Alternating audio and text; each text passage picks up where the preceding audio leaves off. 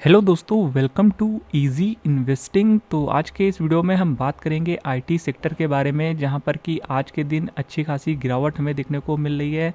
तो बात करेंगे ये गिरावट क्यों है, और क्योंकि आज आईटी सेक्टर सबसे ज़्यादा गिरावट दिखा रहा है तो बात करना ज़रूरी हो जाता है कि आईटी सेक्टर आज क्यों गिर रहा है, और साथ ही साथ इस गिरावट में क्या यहाँ पर निवेश करना सही रहेगा या फिर नहीं, और क्यों ये वीक काफ़ी इंपॉर्टेंट होने वाला है आई सेक्टर के लिए, इस पर भी डिस्कशन करेंगे। तो आइए चलिए वीडियो को शुरू करते हैं।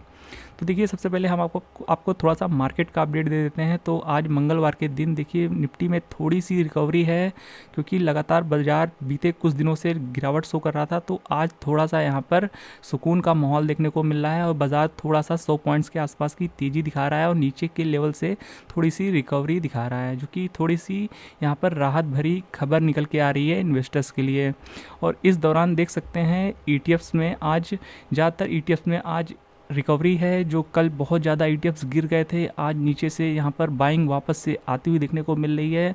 और यहाँ पर थोड़ी सी हर सेक्टर में आपको लगभग तकरीबन सभी सेक्टर और इंडेक्स में आज आपको रिकवरी देखने को मिल जाएगी नीचे के लेवल से। और इस दौरान जहाँ पर सबसे ज़्यादा आज गिरावट देखने को मिल रही है वो है देखिए आईटी सेक्टर। आईटी सेक्टर गिरावट को आज लीड कर रहा है, जहाँ पर कि 2% से ज़्यादा की गिरावट है। और उसके बाद आपको एफएमसीजी में थोड़ी बहुत गिरावट देखने को मिल जाती है, और उसके बाद सभी सेक्टर्स आज हरे निशान में हैं। तो मेनली आईटी सेक्टर ही आज गिरावट शो कर रहा है, जिस वजह से इस पर बात करना बनता है। ये गिरावट क्यों है, इस पर भी हम बात करेंगे। सबसे पहले बात कर लेते हैं आईटी 20 के ईटीएफ के बारे में, जहाँ पर कि 2% की गिरावट है। और देखेंगे तो यहाँ पर बीते 6 महीने के चार्ट में तो यहाँ पर कुछ खास गिरावट नहीं है। देखिए, जहाँ पर मार्केट में जितने भी सेक्टर हैं, इंडेक्स हैं, लगभग 20% टूट चुके हैं आज की डेट में, सभी सेक्टर ऑलमोस्ट। और लगभग कुछ इंडेक्स जो कि ब्रॉडर मार्केट के भी इंडेक्स हैं, जो कि लगभग 20% टूट चुके हैं आज की डेट में। पर इस दौरान आईटी सेक्टर सिर्फ अभी देख सकते हैं सिर्फ 5% टूटा है। तो अगर आप इसमें इन्वेस्टेड हैं आईटी सेक्टर में, तो यहाँ पर आपको कोई भी खास पेन देखने को नहीं मिल रहा है इस गिरावट में, और आपका पोर्टफोलियो अच्छा खासा इस आईटी सेक्टर ने बचा कर रखा हुआ है। और बहुत हद तक आपके पोर्टफोलियो को संभाला होगा आईटी सेक्टर के ईटीएफ ने, अगर आपने निवेश करके रखा होगा, क्योंकि हम अक्सर इस ईटीएफ के बारे में डिस्कस करते हैं। और देखिए, बीते हफ्ते आईटी सेक्टर में काफ़ी अच्छी तेज़ी देखने को मिली थी। एक दिन में यहाँ पर 3.5% की तेज़ी आई थी, जब यहाँ पर टीसीएस के रिज़ल्ट आए थे Q3 के, और हमने वीडियो भी शेयर किया था आपके साथ। और फिर हमने ये भी कहा था कि देखिए, इतनी बड़ी तेज़ी के बाद यहाँ पर इस प्राइस पे बाय करना सही नहीं बनता है, क्योंकि एक दिन में इतनी बड़ी तेज़ी आ जाती है तो उसके बाद यहाँ पर थोड़ा सा करेक्शन आ सकता है। और देखिए, वो करेक्शन आ भी चुका है, और हमने आपको यहाँ पर इस लेवल पर ख़रीदने के लिए आपको मना किया था। बाकी एक बार फिर से गिरावट आ गई है थोड़ी बहुत, और आज के दिन तो अच्छी खासी गिरावट है। और आज की गिरावट क्यों है, इस पर भी बात करते हैं। तो नीचे आकर देखेंगे इसके पोर्टफोलियो में, तो यहाँ पर आप क्लियरली देख पाएंगे जहाँ पर सबसे ज़्यादा पेन देखने को मिल रहा है, जहाँ पर सबसे ज़्यादा गिरावट देखने को मिल रही है, वो है HCL टेक्नोलॉजीज़, जो कि HCL टेक के नाम से आप इसे जानते होंगे, जहाँ पर कि 11% का वेटेज है, एक बड़ा वेटेज है आईटी सेक्टर का। और ये स्टॉक जो है वो 9% की आसपास की गिरावट आज शो कर रहा है। देख सकते हैं 8.96 यानी लगभग 9% की गिरावट दिखा रहा है HCL टेक, और एक बड़ा वेटेज है 11% का। और इन्फोसिस 27% और टीसीएस 22% के बाद तीसरी सबसे बड़ी जो वेटेज है वो HCL का ही है। और क्योंकि HCL एक बहुत बड़ी कंपनी है, इसका मार्केट कैप देखने जाएंगे तो 5 लाख करोड़ के ऊपर का है। तो इतनी बड़ी कंपनी के अगर यहाँ पर Q3 के नतीजे अगर ख़राब आते हैं तो जाहिर सी बात है इम्पैक्ट पड़ता है पूरे सेक्टर पर। और जब एक बड़ा मतलब किसी एक सेक्टर का कोई दिग्गज स्टॉक अगर ख़राब परफॉर्म करता है तो उस दिन पूरा सेंटीमेंट यहाँ पर उस सेक्टर का ख़राब हो जाता है, जो कि आज हमें सभी स्टॉक लगभग गिरते हुए देखने को मिल रहे हैं HCL की वजह से। और इसका ठीक उल्टा, अगर अच्छा परफॉर्म करता है कोई बड़ा स्टॉक किसी सेक्टर का, तो ओवरऑल उस पूरे सेक्टर का सेंटीमेंट अच्छा हो जाता है। पर आज जैसा कि एक बड़ा स्टॉक यहाँ पर अच्छा परफॉर्म नहीं कर रहा है, क्योंकि इसके कल Q3 के अपडेट्स आए हैं, रिजल्ट आया है Q3 के HCL के, जिसके चलते यहाँ पर आज इस स्टॉक में भारी सेलिंग देखने को मिल रही है और भारी गिरावट देखने को मिल रही है। और यहाँ पर जो इसके रिज़ल्ट आए हैं Q3 के, वो आप यहाँ पर नीचे आकर देख सकते हैं, जहाँ पर रिवेन्यू और प्रॉफिट्स आप यहाँ देख सकते हैं जो कि ठीक ठाक हैं। और यहाँ पर देख सकते हैं HCL टेक के Q3 का जो रिजल्ट कल आया है उसका आज निगेटिव इम्पैक्ट इसके स्टॉक में देखने को मिल रहा है, जिसकी वजह से स्टॉक आज 9% तक क्रैश हो चुका है और हो सकता है बाज़ार के बंद होते होते और भी गिरावट दिखा सकता है। तो मेजरली Q3 का इम्पैक्ट देखने को मिल रहा है, जो कि मार्केट इसे पॉजिटिव वे में ना लेकर के निगेटिव वे में ले रहा है। तो ओवरऑल स्टॉक के लिए अच्छी बात निकल के नहीं आ रही है, जिसके चलते आज आईटी सेक्टर में काफ़ी ज़्यादा निगेटिव इम्पैक्ट देखने को मिल रहा है और 2% से ज़्यादा की गिरावट अभी के टाइम पे आईटी सेक्टर दिखा रहा है। बाकी बात की जाए अगर आईटी सेक्टर के बारे में, तो ये भी बहुत ज़्यादा इम्पॉर्टेंट है आईटी सेक्टर के ETF के लिए, और वो किस वजह से, वो भी चलिए हम बात कर लेते हैं।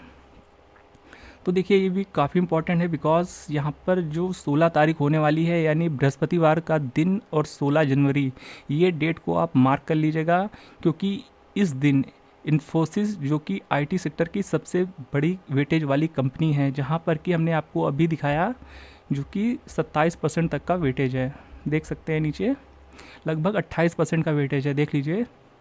और इसके Q3 के रिज़ल्ट आने बाकी हैं और 16 जनवरी थर्सडे के दिन इसके रिज़ल्ट आएंगे आफ्टर मार्केट, और इसका इम्पैक्ट आपको देखने को मिलेगा 17 जनवरी फ्राइडे के दिन।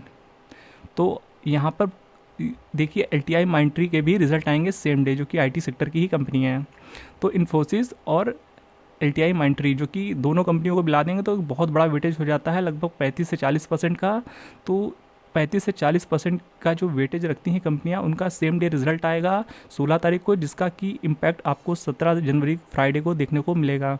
तो यहाँ पर बहुत हद तक अगर इन्फोसिस के रिजल्ट अच्छे आ जाते हैं, जैसे अनुमान है उससे बेहतर आ जाते हैं, तो आने वाले समय में आपको आईटी सेक्टर में और भी अच्छी तेज़ी देखने को मिल सकती है। बट अगर यहाँ पर अनुमान से रिजल्ट ख़राब आ जाते हैं तो यहाँ पर इसका निगेटिव इम्पैक्ट भी आपको आईटी सेक्टर में देखने को मिल सकता है, और ऐसा पास्ट में कई बार हुआ है। अकेले इन्फोसिस के रिजल्ट पूरे आईटी सेक्टर को तेज़ी भी करा सकते हैं, बहुत बड़ी तेज़ी करा सकते हैं, और गिरावट में अगर मतलब रिजल्ट अच्छे नहीं आए तो गिरावट भी बहुत ज़्यादा करा सकते हैं। तो इन दो चीज़ों को आप बहुत ही ध्यान से देखिएगा, इसके रिज़ल्ट पर बहुत अपनी पैनी नज़र बनाकर रखिएगा। और वैसे तो जो भी यहाँ पर Q3 के अपडेट्स आएंगे या रिज़ल्ट आएगा जो, वो हम आपके साथ शेयर करने की पूरी कोशिश करेंगे। बाकी देखिए जो 17 जनवरी है वो भी काफ़ी इंपॉर्टेंट डेट है, क्योंकि वहाँ पर आपको आईटी सेक्टर की जो कंपनी है विप्रो और टेक महिंद्रा जैसी कंपनी के रिजल्ट आते हुए देखने को मिलेंगे, जिसका कि इम्पैक्ट आपको मंडे के दिन देखने को मिलेगा, जो कि नेक्स्ट वीक। तो ओवरऑल ये आने वाले कुछ दिन आईटी सेक्टर के लिए काफ़ी ज़्यादा इंपॉर्टेंट होने वाले हैं। तो देखिए अगर आपने अभी तक आईटी सेक्टर में निवेश नहीं किया है और इस प्राइस पे आप निवेश करना चाहते हैं, तो कोशिश करिए आप इन सभी कंपनीज़ के जिनके बारे में हमने अभी डिस्कशन किया है उनके Q3 के रिज़ल्ट आ जाने दीजिए, और नेक्स्ट वीक जब इन कंपनियों के रिज़ल्ट आ जाएं उसके बाद ही अपना व्यू बनाइए कि आईटी सेक्टर में आपको निवेश करना है या फिर नहीं करना है। तो इन केस इन कंपनियों के नतीजे अच्छे आ जाते हैं तो वहाँ से देखिए जो मोमेंटम है आईटी सेक्टर का वो और भी अच्छा हो जाएगा, तब तो आप निवेश कर सकते हैं। और हो सकता है आपको रिज़ल्ट अच्छे आने के बाद हो सकता है जब थोड़ी बहुत रैली आ जाएगी आईटी सेक्टर में, तो हो सकता है आपको थोड़ा ऊपरी स्तर पर बाय करना पड़े। देखिए वो फिर भी एक बेटर चॉइस है एज़ कम्पेयर कि अभी आप निवेश कर दें और उसके बाद और इन कंपनियों के जो रिज़ल्ट हैं खास करके इन्फोसिस के रिज़ल्ट ख़राब आ जाएँ और फिर देखिए वैसे में आपका नुकसान हो सकता है। तो बेटर रहिए कि इन कंपनियों के रिज़ल्ट आ जाने दीजिए, और वहाँ पर अगर आपको इन कंपनियों के रिज़ल्ट अच्छे आते हैं और इससे फिर आपको और भी क्लियरिटी मिल जाएगी कि आने वाला जो क्वार्टर है वो आईटी सेक्टर के लिए कैसा होने वाला है। तो अगर रिज़ल्ट अच्छे आ जाते हैं तो आप निवेश कर सकते हैं, अगर रिज़ल्ट नहीं अच्छे आते हैं तो आप अवॉइड भी कर सकते हैं। बाकी इस प्राइस में अगर आप निवेश करना चाहते ही हैं तो थोड़ा बहुत निवेश कर सकते हैं, क्योंकि अभी ये 5% की लगभग गिरावट दिखा रहा है आईटी सेक्टर ऊपर के लेवल से, जो कि इस गिरावट में भी ये जो ETF है वो काफ़ी कम गिरावट दिखाया है। तो बेटर यही है कि आप थोड़ा ही निवेश करें अगर इस प्राइस में लेना ही चाहते हैं, क्योंकि सिर्फ 5% की ही गिरावट है, और इन केस रिज़ल्ट ख़राब आ जाते हैं तो वहाँ पर अगर आईटी सेक्टर काफ़ी ज़्यादा गिर जाता है तो वहाँ पर आपके पास एक मौका बनेगा। तो बेटर ये है कि अभी के टाइम में अगर आप निवेश करना चाहते हैं तो बहुत ही स्मॉल अमाउंट लगाइएगा और कोशिश करिएगा रिज़ल्ट आ जाने दीजिए, उसके बाद ही आप अपना एक क्लियर व्यू बनाइए कि आपको आईटी सेक्टर पे साथ रहना है फिर नहीं। तो ये था वो अपडेटेड वीडियो जो हम आपके साथ शेयर करना चाहते थे आईटी सेक्टर के बारे में। बाकी अगर आप किसी प्रकार की बाइंग या सेलिंग करने वाले हैं आईटी सेक्टर के ETF में तो एक बार अपने तरफ से अच्छे से एनालिसिस कर लीजिएगा। बाकी इन्वेस्टर्स के लिए यहाँ पर कोई दिक्कत नहीं है, वो लॉन्ग टर्म इसे होल्ड करें, कोई भी दिक्कत नहीं होने वाली है। शॉर्ट टर्म हो सके तो ट्रेडिंग आप किसी भी सेक्टर के ETF में अवॉइड करिए। तो ये था एक अपडेटेड वीडियो पूरे आईटी सेक्टर के बारे में। होप ये वीडियो आपको इन्फॉर्मेटिव लगा होगा। वीडियो पसंद आया हो तो वीडियो को लाइक जरूर कर दीजिएगा और ऐसे वीडियोस को देखते रहने के लिए चैनल को सब्सक्राइब करना बिल्कुल भी मत भूलिएगा। तो फिर मिलते हैं नेक्स्ट वीडियो में, तब तक के लिए गुड बाय।